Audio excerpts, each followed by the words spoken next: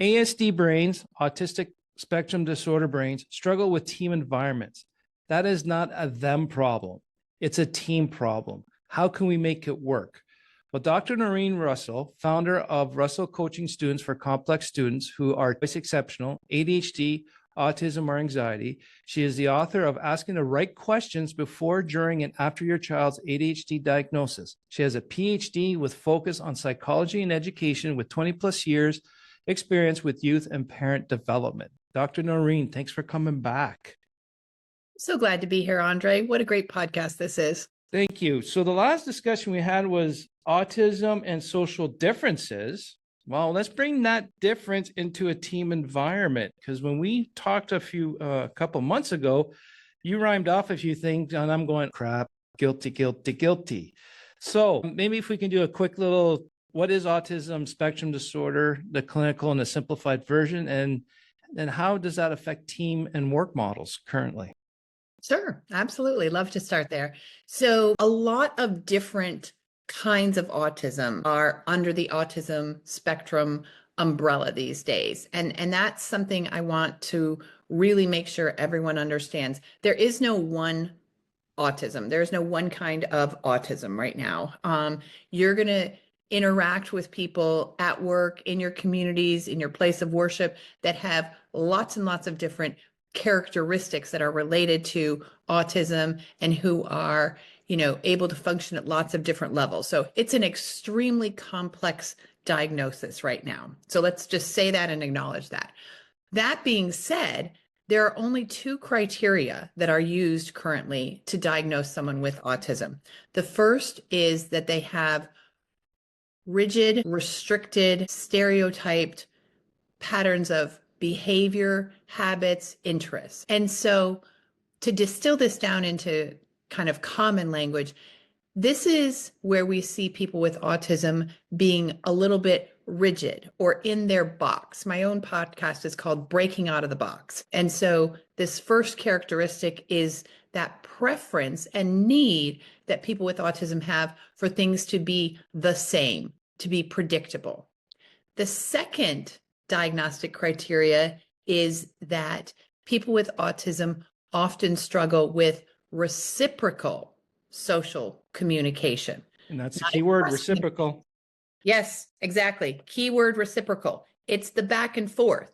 People with autism often have great verbal skills. They have verbal skills with, same range of expertise as people without autism, right?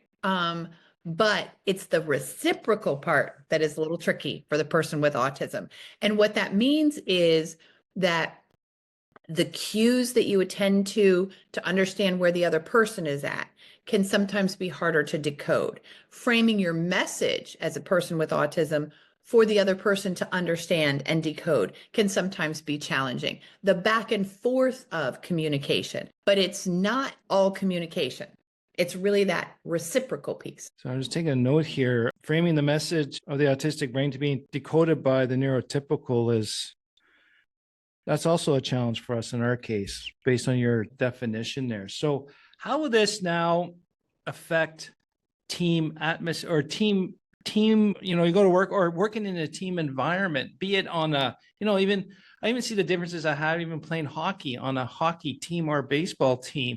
Really, especially if I got focused on the one thing and then just finished off the play on my own, for example. But in a work team environment, how is the autistic brain misunderstood, or is the team environment that's currently set up in today's society counterintuitive to the autistic brain?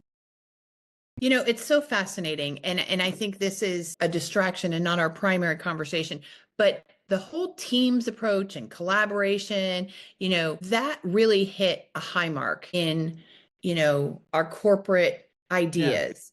Yeah. And then isn't it interesting, Andre, that the next thing that happened was this blitz of entrepreneurship, right? And you could almost see those two things as a reaction to one another, right? Mm-hmm. So getting back to your question though, what I think we often see with people who are on the autism spectrum when they are in a group or a team approach, and your point is well taken. It's It could be a work team, it could be a volunteer team. I work with students. It can be their group project in, high school, college, graduate school, is a tendency to work more independently than the neurotypical person. It is a tendency to be focused on their own thoughts, analysis, recommendations, and to be less attuned to other people on the team. So obviously, then we know what the danger of that is from other people is they can think, oh, that person's not a team player. They're focused on their agenda. They are only thinking about their piece of things. That's the danger, right? Is that the person with autism, in their focus on what they're thinking about, their analysis, their recommendations, which comes from, in many ways, that lack of reciprocal conversation, then they get labeled in a team as not being a team player, as not listening, maybe even not being a leader. All of those things don't have to be true, though. Right. So not being a good leader because you have individual tendencies, like I definitely relate to that. A lot of times I just want to be my own, do my own thinking, recommendations. But how can we become a leader if that's not the social expectation as per our social conditioning?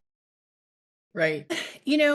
I think that you become a leader because of skill set and knowledge, right? And so people with autism can, of course, become leaders.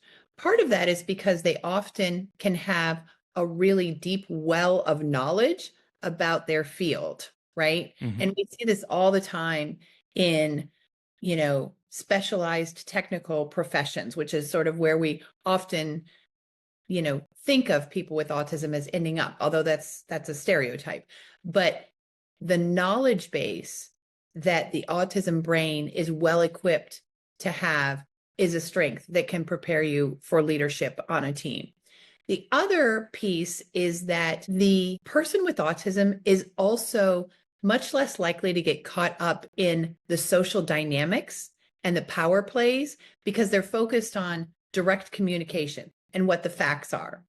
And so that too is a great quality for leadership, as opposed to being, a leader who's politically driven or who has a social agenda. This is my friend. I'm loyal to this person, so I'm going to promote them, So there are definitely qualities that are more commonly found in the autistic population that are great for leadership. So it's a question of finding those for any given individual and capitalizing on them. And I think that can be deep knowledge. I think it can be directness, straightforwardness. I think it can be a lack of political motivations. And I think it can be treating everyone equally. I find people with autism to be, generally speaking, very open to lots and lots of different kinds of people with lots and lots of different wiring or characteristics or demographics. That's a really good point. I think I can relate to that as well. With my experience and with working with different, researching a lot, there's different types of teams. Like we got the collaborative team, which is they all work together at all times. Then you got people that are more individual, they just work on their own. But Colby Corp has this term called hybrid team, where we work collaboratively as a team, but then we break off and do our individual stuff for a while and then come back and check in or whatnot. The autistic brain, is there a certain type of team environment that's more successful for them? Or is it something that can be figured out? I think we can make some general recommendations. And I think these are recommendations that actually are good for everyone. First, I think having thinking time before talking time. Think time, then talk time. This benefits everyone. It benefits the extrovert who otherwise might talk for 30 minutes to figure out what it is that they want to say. It benefits the introvert, right? It benefits the person who feels perhaps marginalized, right? They have time to collect their thoughts and think about, okay, how can I powerfully state this? It benefits the neurodiverse person. Do I want to impulsively say this? Do I think, oh, I have nothing to say? So think time, then talk time, I think is one of the most important principles of successful teaming for whoever. but is especially valuable for neurodiverse people. And I think as a neurodiverse person, you can advocate for that in a way that doesn't even bring up your diagnosis, but just say, hey, I think we would all be well served to spend the first 10 minutes of this meeting thinking about what's our true objective here, or how do we want things to be different in 6 months, or, what's the financial outcome of this? Let's stop and think. Let's start, a group document. Let's brainstorm in chat. But thinking, then talking. Second principle, I think, is so valuable. And again, this is across the board. We just generally don't practice it. And some people are okay with that. But having very carefully delineated roles. And a good project manager on a team will do that, right? This is your responsibility. This is what we're expecting. This is the deliverable, and this is the due date. But that takes a real high level of expertise on the part of the team leader or the project manager. And so again, I think for anyone who is on the autism spectrum, this is a real strength you bring to the team. Hey, I want to make sure that I know what my piece is. What's everyone doing before we meet up next, right? Is there some place we can put this in the project management document or the meeting notes or in the chat, right? Whatever level of formality you need. But I want to make sure I'm bringing to the next meeting what I'm responsible for. And it would be helpful for me if we could all go around the table and say, this is the part that I'm bringing next time, right? And that is a really great strength to bring to a team as an autistic person. You're recognizing, because you have self-awareness, okay, I need to clarify this. I don't want to feel anxious about this. I don't want to freeze up, right? Which is sometimes an autistic quality, as well as for other people. And so let's create clarity with roles and deliverables and deadlines. So that, I think, is the second piece of team that is important. And the third thing is, strike the right balance between checking in with people, a little bit of socialization, and getting to work, right? And I think that this is an area where everyone can strike. I know as an introvert who is a thinker, I can hop into a meeting and be ready to go with the agenda, right? Other people, they really want the icebreaker. They want the warm up. They want to have the check-in. I have to tolerate that and engage in that and participate in that, even though it's not my preference as an introverted thinker. And so being aware of how do we come to some common ground around the balance of chit chat and productivity. Yes. And for some people, the chit chat is an absolute precursor to the productivity. Yes, that's a social expectation. That's how I see it. Expectation, isn't it? It is socially expected. No one expects you to come to the meeting, open up the laptop and say, okay, item number 1. Nope. You expect people to say, hey, how's your day been so far? How was the weekend? How are the kids? And that does have a valuable role for some people. And so we all, regardless of whether that's a need for ourselves or not, this is an area of compromise. And then we can get to all the direct hard work, André. Yes. Well, that's a lot of people say I'm too intense because I just get to it. Let's just get to it, solve problem. Let's go on to the next. That's a mix a bit of the entrepreneur mindset and then the ADHD as well. But it's just, you're starting to say that, especially around the delineated roles. Like, so I'm a lot on and technical committees for standards development, and I'm seen as a pain in the ass because I'm actually doing this. I'm just trying to make sure that we got the right scope of work. Everyone knows what they're doing. It's not just vague and do whatever you want, because it's all volunteer. I argue we're all volunteers. So what's the point of 3 people doing the same job or the same thing and come back 2 months later and find out we did the same thing? It's a waste of time. But now I've changed my vocabulary around that kind of stuff because I learned the hard way about being too direct in conditions. I think those are really great points. So the differentiating part of the autistic brain versus the neurotypicals, especially the coding world right now, that's very ideal for the autistic brain, because once you've set up as a team where they want to go with the software, then that person can just go by themselves on their computer and just code with their section. It's kind of hard to have 2, 3 people coding the same type of thing, the same thing together. So in a way, I'm really happy to see that, because that supports the autistic brains and they're working, they're better respected. But that social interaction is still misunderstood. And I really like these points that you made about the team environment. You did say one thing the last time we chatted, and this really hit me because I had to swallow, a hard pill here. But one of the challenges, and I think this is probably me as a leader, this was one of my challenges, and I never realized I was doing this, but only my idea will work. Can you expand a little bit on that? Let's think about where that comes from, right? I always think understanding is key.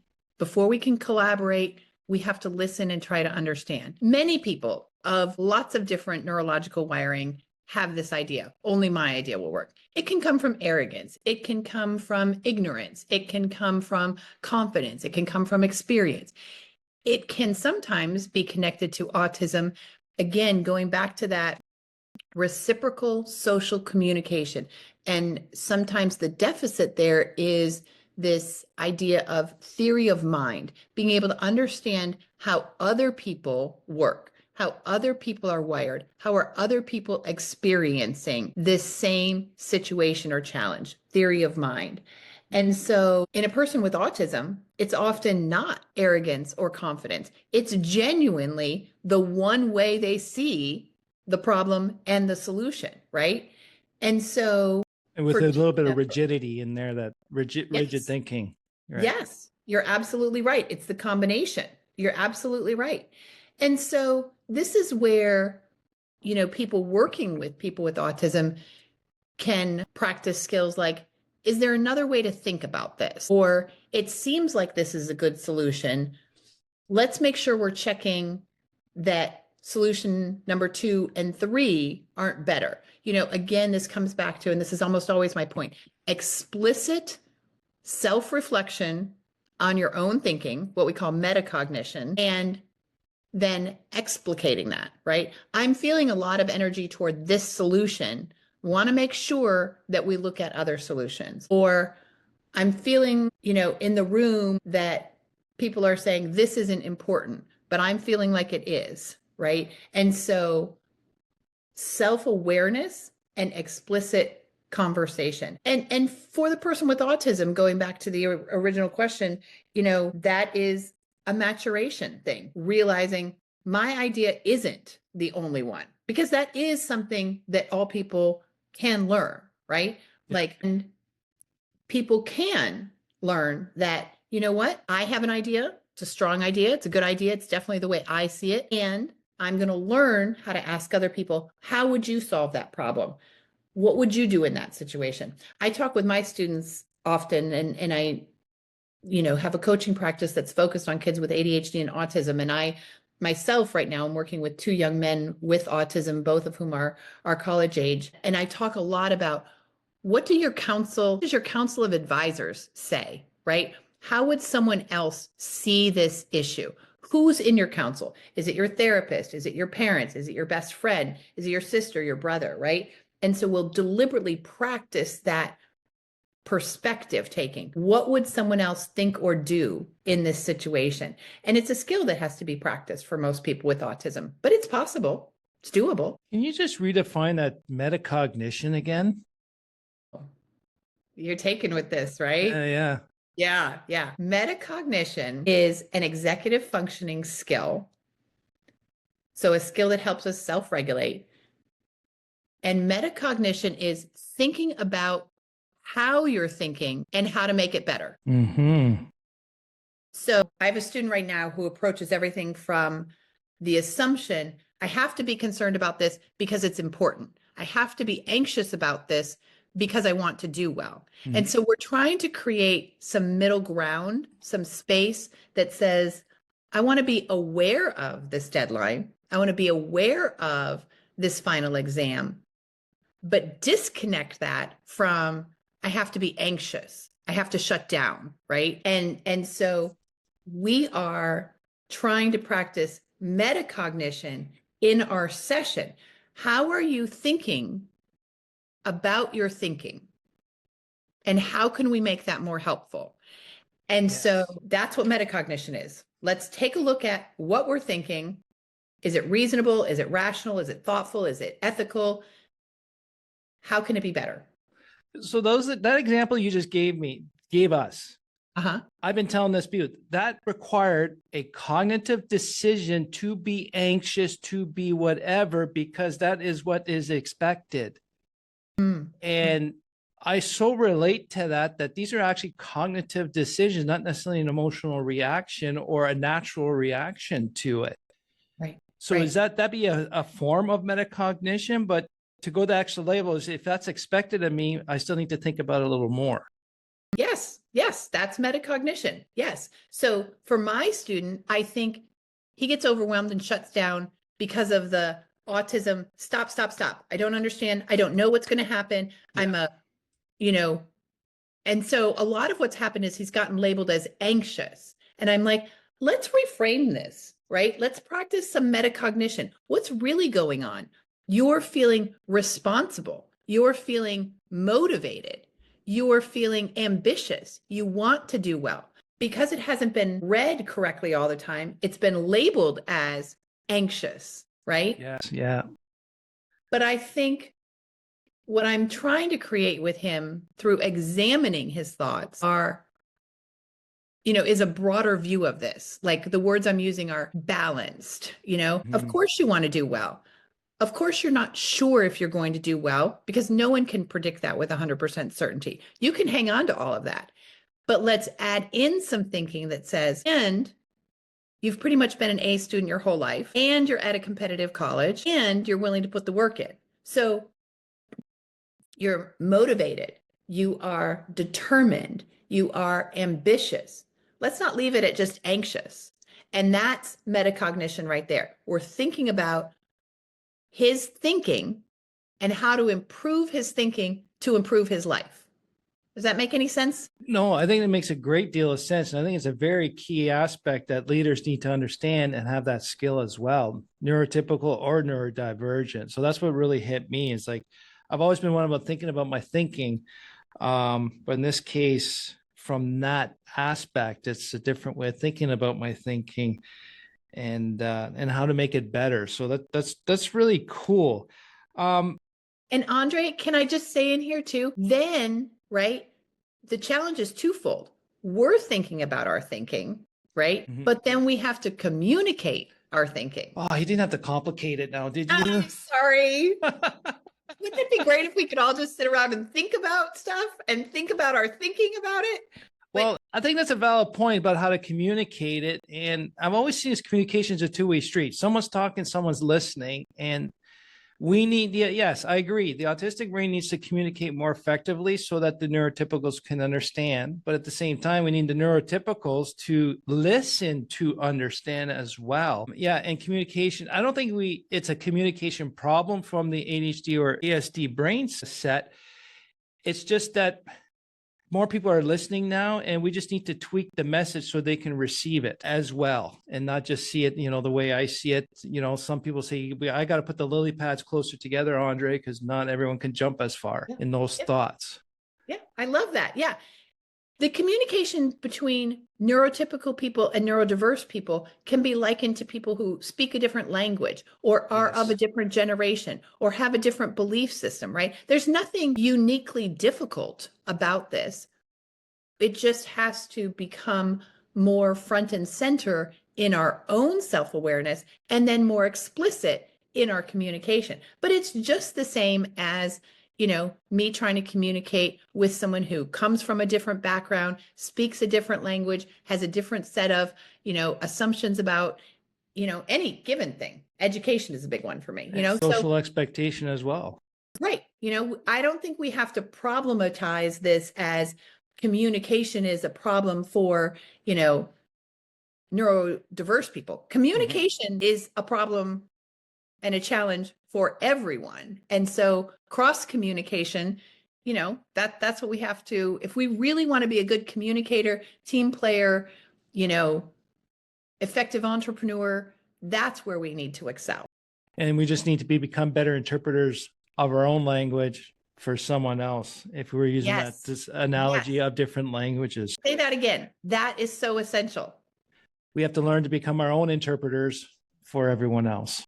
And that way we get to advocate and communicate the differences, which is very key. So, wow, this really went fast. Where can we find you, Norrine? Sure.